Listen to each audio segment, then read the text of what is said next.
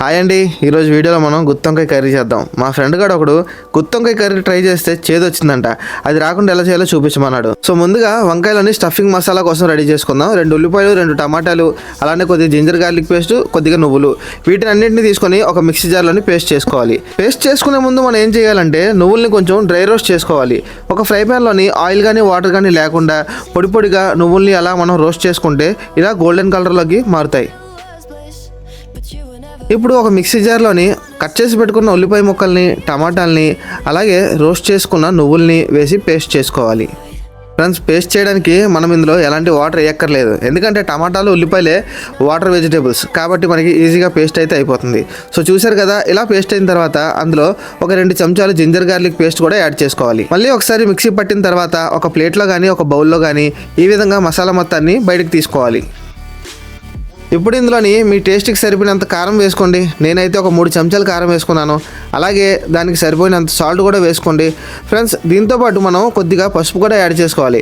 పసుపు అనేది తక్కువ వేసుకోండి, ఎక్కువ వేసుకున్నా సరే చేదు వస్తుంది. ఇప్పుడు మనం అందులో ఉండలు లేకుండా బాగా ఆ మసాలాని కలుపుకోవాలి. సో మసాలా రెడీ చేసుకున్న తర్వాత వీడియోలో చూపిస్తున్నట్టు వంకాయల్ని ఇలా కట్ చేసుకోవాలి.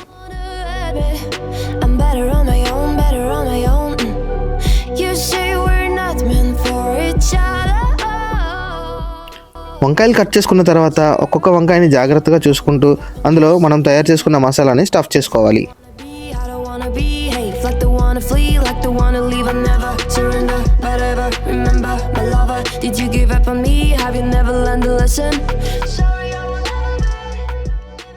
ఇప్పుడు ఒక ప్యాన్లో ఆయిల్ వేసుకొని ఆ ఆయిల్ వేడెక్కిన తర్వాత మనం స్టఫ్ చేసుకున్న వంకాయల్ని ఒక్కొక్కటిగా ఇలా వేసుకుంటూ ఫ్రై చేసుకోవాలి.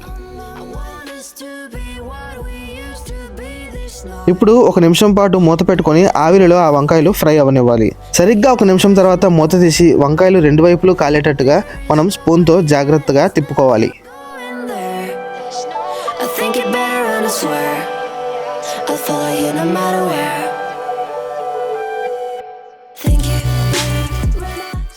సో ఈలోపు ఇంకొద్దిగా వంకాయలు స్టఫింగ్ పెట్టుకొని వాటిని కూడా ఇందులో వేసుకొని యాడ్ చేసుకున్నాను. ఇప్పుడు మళ్ళీ 1 నిమిషం వరకు మూత పెట్టుకుందాం. సరిగ్గా 1 నిమిషం తర్వాత మూత తీసి చూస్తే వంకాయ పైన స్కిన్ చూసారా ఎలా ముడతలు అయ్యిందో. అంటే ఇప్పుడు మన వంకాయలు అనేవి హాఫ్ బాయిల్ అయితే అయిపోయినాయి. ఇప్పుడు మనం స్టఫింగ్ చేయగా మిగిలిన ఆనియన్ టమాటో పేస్ట్ ఏదైతుందో ఆ మసాలాని ఇందులో యాడ్ చేసుకోవాలి. ఈ లోపు మనం ఈ సైజ్ చింతపండుని వాటర్లో నానబెట్టుకొని రసం తీసుకుందాం. కళాయిలో మసాలా మాడిపోకుండా కొద్దిగా వాటర్ వేసుకొని వంకాయల్ని ఇలా మనం సర్దుకోవాలి. చింతపండు రసం వేయనంత వరకు ఈ ప్రాసెస్ అంతా స్లో ఫ్లేమ్లోనే చేయాలి. ఒక 2 నిమిషాలు మసాలాలు పచ్చివాసన పోయిన తర్వాత చింతపండు రసం తీసుకున్నాం కదా, దాన్ని యాడ్ చేసుకోవాలి. ఇప్పుడు చింతపండు రసం అలానే ఆ మసాలాలు కలిసేలాగా జాగ్రత్తగా, అలాగే వంకాయలు కూడా విరిగిపోకుండా ఒకసారి కలుపుకోవాలి.